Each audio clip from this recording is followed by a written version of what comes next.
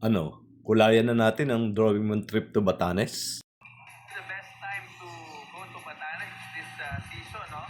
From December up to June because the weather is perfect. Malayo pa sa Baguio, so this is the best time to come to Batanes. Welcome to Batanes, Sir Noel! Thank you!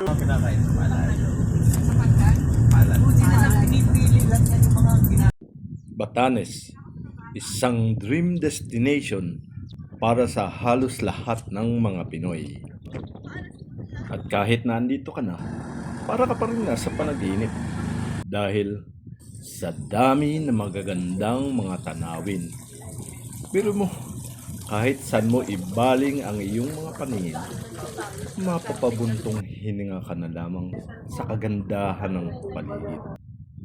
Batanes. It will surely take your breath away. Tulad nitong Balugan Boulder Beach, wala itong mga buhangin. Puro iba't ibang klaseng laki ng mga bato na ibinugaraw Mount Iraya nang pumutok ito noong 15th century. Oy ha, hindi lang ng nanay ko ang nagsasabi na when you are traveling to a place for the first time, one of the things that you must do is visit and pray in a church. At napakarami niyan dito sa Batanes. Bayang Rolling Hills is a communal pasture land. Baka, kambing, at iba pang mga hayop. Para nga itong isang paradise na maraming ebak. Kaya kung makatapak ka man, just smile and make a wish.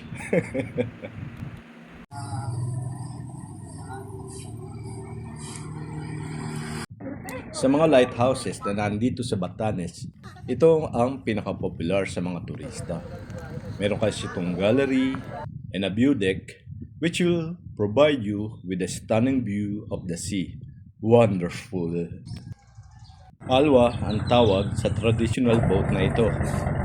They are tapat sea, sinasayawan lang nila ng malalaking alon at magdala ng napakaraming pasahero.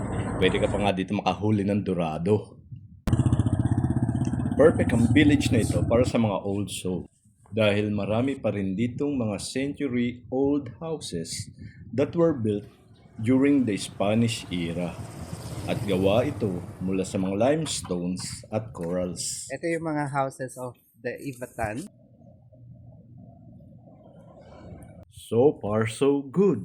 Sa dami na ng aming napuntahan, okay, perfect ang climate.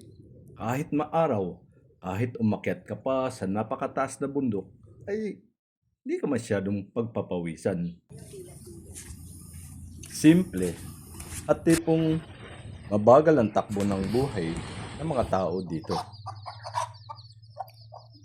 Parang piyesta, ang daming putahe. Hindi ko tuloy malaman kung anong una kong kakainin. Pero you must try ubod ng saging, which is distinctly Ivatan dish. Nabusog na rin lang. Di, dire-diretso na natin ang gala. Panalo sa akin ang Batanes Blank Book Archive. This is not your usual mini library. It has become a library of people's thoughts and innermost feelings. Mga hardbound books with blank pages. Ikaw ang magsusulat ng everything and anything. Hindi lamang mga old houses, masasarap at nakakalusog na pagkain, magagandang tanawin, ang matatagpuan mo dito. Kahanga-hanga rin ang mga katangian ng mga mamamayan dito, mga Ivatan. Kahit hindi mo man nakikita, pero ramdam na ramdam mo ang kanilang kabaitan at pagiging matapat.